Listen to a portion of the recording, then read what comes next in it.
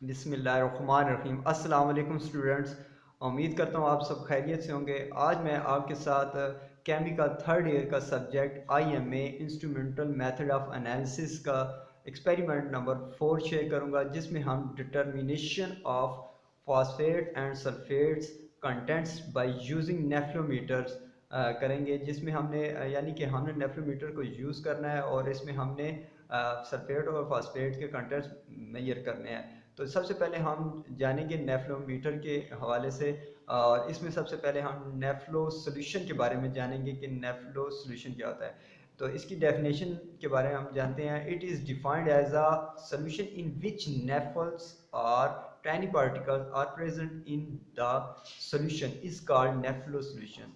यानी ऐसा सोल्यूशन जिसमें टैनी पार्टिकल्स और नेफल्स मौजूद हों, वो नेफल सोल्यूशन कराता है। और इसकी नेफ्लोमीट्री की डेफिनेशन ये है: the measurement of intensity of scattered light at right angle to the direction of incident light as function of the concentration of dispersed phase is called nephelometry or nephelometric analysis, and the instrument is used called nephelometry। यानी कि इसकी नेफ्लोमीट्री की definition इस तरह है कि ऐसे material जो कि राइट एंगल पर रोटेट कर जाते हैं, उनको मेजर करने के लिए, उनकी कंसंट्रेशन मेजर करने के लिए जो मेथड यूज़ किया जाता है उसे नेफ्लोमेट्री कहा जाता है।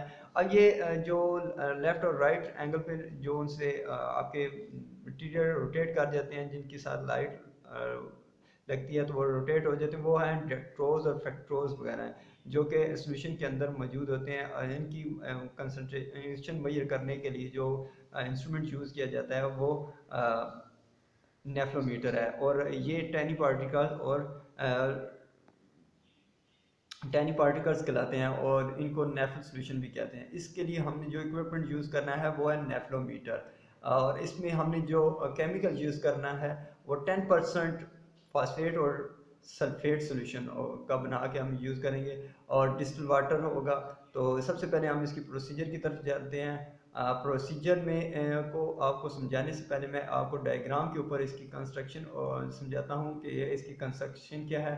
तो ये इसकी एक सिंपल सी डायग्राम है, जिसमें इसका इंटरनली वर्किंग और कंस्ट्रक्शन बताई गई है। सबसे ऊपर इसके टॉप के ऊपर मेटेलिक ट्यूब होती है, मेटेलिक कैप होता है, और इसके दरमियान में ट्यूब होती है एक, जो कि 15 सेंटीमीटर से 1.5 सेंटीमीटर तक इसकी लेंथ होती है। इसको गलवानोमीटर के साथ एडजस्ट किया जाता है, और इसके दरमियान में फ़िल्टर्स व्हील लगा होता है और फिल्टर्स लगे होते हैं। ये फिल्टर्स जितने भी आपके वेव लेंथ की लाइट्स होती हैं उनको डिटेक्ट करने के लिए या उनके हिसाब से इनको एडजस्ट किया जाता है। और इसके ऊपर फोटो सेल लगा होता है, और इसके साथ रिफ्लेक्टर लगा होता है, और इसके साथ टंगस्टन लैंप एडजस्ट किया जाता है। गलवानोमीटर इसकी जो आपकी रीडिंग शो होगी, जो इसके अंदर इंटेंसिटी लाइट की इंटेंसिटी होगी, उसको मेजर करने के लिए यूज़ किया जाता है, और जो कि रीड आउट मीटर पर हमें रीडिंग शो करता है।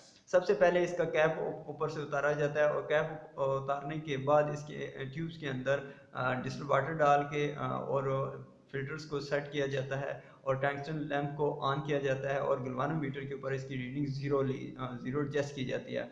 क्योंकि डिस्टिल वाटर के अंदर किसी किस्म की इम्प्योरिटीज़ वगैरह मौजूद नहीं होती, और इम्प्योरिटीज़ मौजूद न होने की वजह से लाइट मुकम्मल तौर पर ट्रांसमिटेड हो जाती है, और गलवानोमीटर पर ज़ीरो रीडिंग एडजस्ट होती है। सब इसको कैलिब्रेट करने के बाद फिर हम इसके कैप ओपन करते हैं, और इसके ट्यूब के अंदर 10% फास्फेट और उसके या सल्फेट का सोल्यूशन डाल के उसकी मेजरिंग करते हैं। तो यूँ ही हम इसके अंदर डालते हैं, तो इसके अंदर मौजूद जो इसके फास्फेट के कंटेंट्स होते हैं, उनकी कंसंट्रेशन की वजह से राइट एंगल पर आपकी जो स्ट्रेट लाइट हो जाती है, लाइट ट्रांसमिट हो जाती है।